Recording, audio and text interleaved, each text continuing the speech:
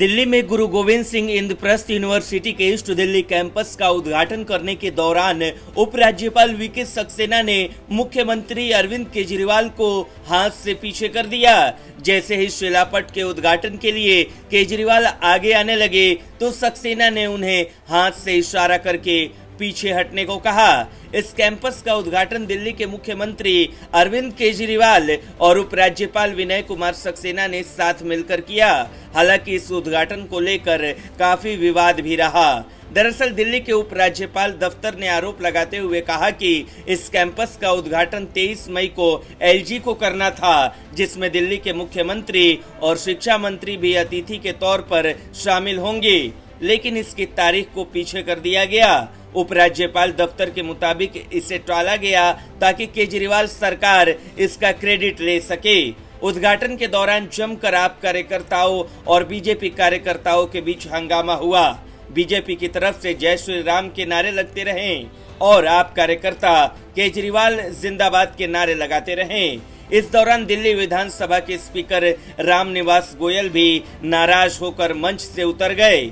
दरअसल विधानसभा स्पीकर रामनिवास गोयल ने कहा कि मैं संवैधानिक पोस्ट पर हूं, अखबारों में भी मेरा नाम नहीं था, मुझे निमंत्रण दिया गया था, मैं आया और वक्ताओं की लिस्ट में मेरा नाम नहीं था, इसलिए मैं नीचे जाकर बैठ गया। मुख्यमंत्री के कहने पर मैं आकर बोल रहा हूं। इसके बाद दिल्ली के मुख्यमंत्री अरविंद केजरीवाल भाषण देने के लिए आए।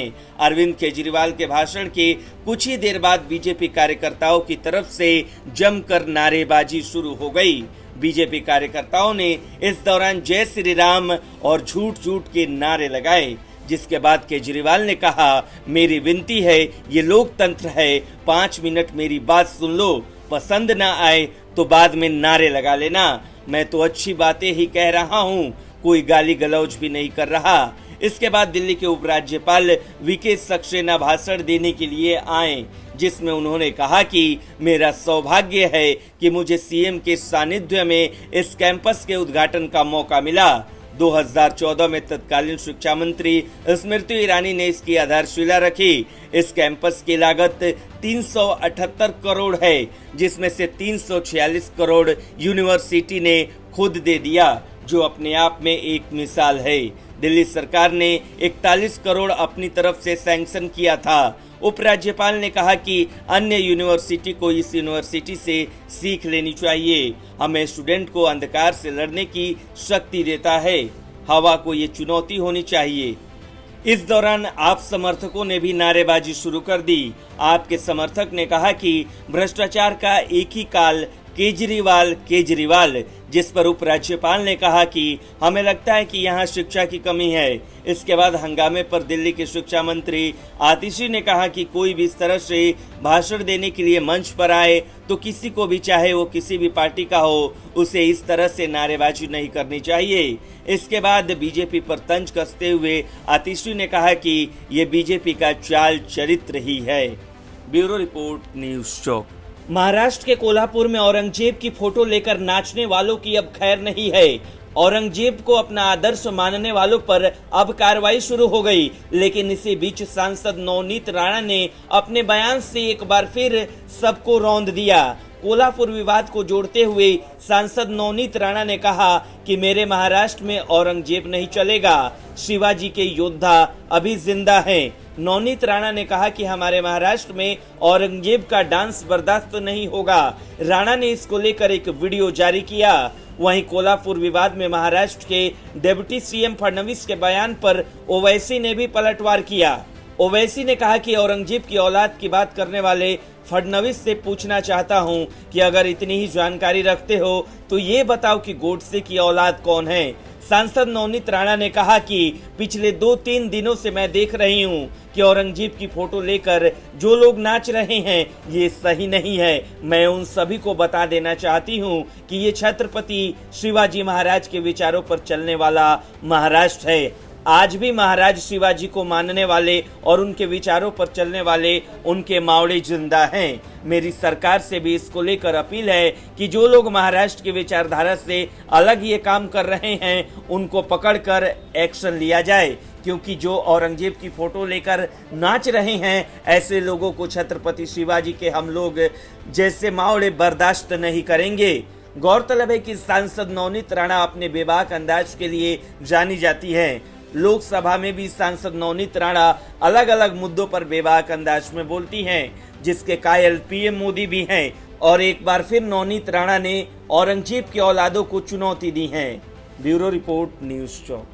महाराष्ट्र शुरू हुए औरंगजेब और गोडसे को लेकर विवादित बयानबाजी में केंद्रीय मंत्री गिरिराज सिंह भी कूद पड़े हैं। केंद्रीय मंत्री गिरिराज सिंह ने नाथूराम गोडसे को भारत का सपूत योग्य पुत्र करार दिया है। उन्होंने कहा कि महात्मा गांधी का हत्यारा गोडसे मुगल शासक बाबर और औरंगजेब की तरह आक्रामककारी नहीं था, वो भारत में पैदा हुए थे। केंद्रीय ग्रामीण विकास और पंचायती राज विभाग के मंत्री गिरिराज सिंह ने कहा कि अगर गांधी के हत्यारा हैं तो गोडसे भारत के सपूत भी हैं, वो भारत में ही पैदा हुए हैं, औरंगजेब और बाबर की तरह आक्रांत नहीं हैं। जिसको बाबर की औलाद कहलाने में खुशी महसूस होती है वो कम से कम भारत माता के सही सपूत नहीं हो सकते हैं।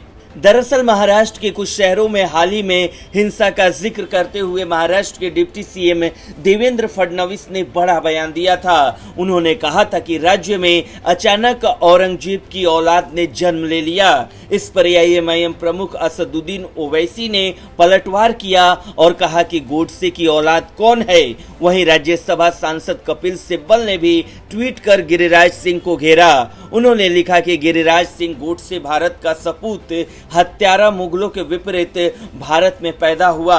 इस कथन से कई लोग आपको भारत का योग्य पुत्र नहीं कह सकते हैं। हत्यारों को उनके मूल से अलग नहीं किया जा सकता है। आशा है कि पीएम मोदी और अमित शाह इस बयान की निंदा करेंगे। वहीं इससे पहले त्रिवेंद्र सिंह रावत ने बलिया के दौरे के वक्त नाथूराम गोडसे की तारीफ की थी। उन्होंने कहा कि जहां तक मैंने जाना है गोडसे देशभक्त था। रावत ने इसके साथ ही कांग्रेस नेता राहुल गांधी पर भी निशाना साधा था। त्रिवेंद्र सिंह रावत ने कहा कि राहुल गांधी महात्मा गांधी की राह पर चलने की बात करते हैं। महात्मा गांधी ने स्वदेशी की बात की थी। राहुल गांधी कौन से गांधीवाद पर चल रहे हैं। नाथूराम गोडसे के बारे में त्रिवेंद्र सिंह रावत के बयान के बाद कांग्रेस ने बीजेपी से उनके खिलाफ कार्रवाई की मांग की है। ब्यूरो रिपोर्ट, न्यूज़ चौक। बीजेपी के राष्ट्रीय अध्यक्ष जेपी नड्डा ने दिल्ली के सीएम अरविंद केजरीवाल पर जमकर निशाना साधा। इस दौरान उन्होंने शराब घोटाले से लेकर बंगले और ईमानदारी की बात पर भी केजरीवाल को जमकर आड़े हाथों लिया। नड्डा ने कहा कि ऐसा पहली दफा हो रहा है जब कोई सीएम कट्टर ईमानदार होने का साइन बोर्ड लेकर घूम रहा है। केजरीवाल और आप नेताओं पर हमला बोलते हुए नड्डा ने कहा कि इनका एक नेता बेल पर है तो उप मुख्यमंत्री जेल में है, औरों का भी अदालत में आना जाना लगा रहता है। उन्होंने कहा कि ये लोग अपने आप को ईमानदार कहते थे मगर पूरी दुनिया ने इनकी ईमानदारी की मिसाल देख ली। आजाद भारत में ऐसा पहली दफा हो रहा है जब किसी सीएम को कट्टर ईमानदार होने का साइन बोर्ड लेकर घूमना पड़ रहा है। ये जो दिल्ली में शिक्षा और स्वास्थ्य की बात करते हैं, उन्होंने स्कूलों और अस्पतालों के साइड में शराब की दुकानें खुलवा दी थी। उन्होंने कहा कि तुम कहते थे कि बंगला नहीं लेंगे, आज तुम्हारा शीश महल देश भर में सुर्खियों में है। वहीं सूत्रों की माने तो आने वाले दिनों में बीजेपी के सभी सांसदों की एक बैठक भी होने जा रही है। ऐसी चर्चा है कि बीजेपी, तेलुगु देशम पार्टी, अकाली दल और जेडीएस जैसे क्षेत्रीय दलों के संभावित एंट्री के साथ सत्तारूढ़ राष्ट्रीय जनतांत्रिक गठबंधन का विस्तार करने जा रही है। हालांकि अभी तक इन विचार विमर्शों पर कोई आधिकारिक बयान नहीं दिया गया। फिलहाल बीजेपी प्रधानमंत्री नरेंद्र मोदी के नेतृत्व वाली सरकार की 9 साल पूरे होने पर 30 मई को शुरू हुए अपने महीने भर चलने वाले कार्यक्रम के तहत बड़े पैमाने पर लोगों को जोड़ने की कवायद कर रही है। इसके तहत बीजेपी के वरिष्ठ नेता और कई केंद्रीय मंत्री सरकार की उपलब्धियों को जनता तक पहुंचाने का प्रयास कर रहे हैं। ब्यूरो रिपोर्ट, न्यूज़ चौक।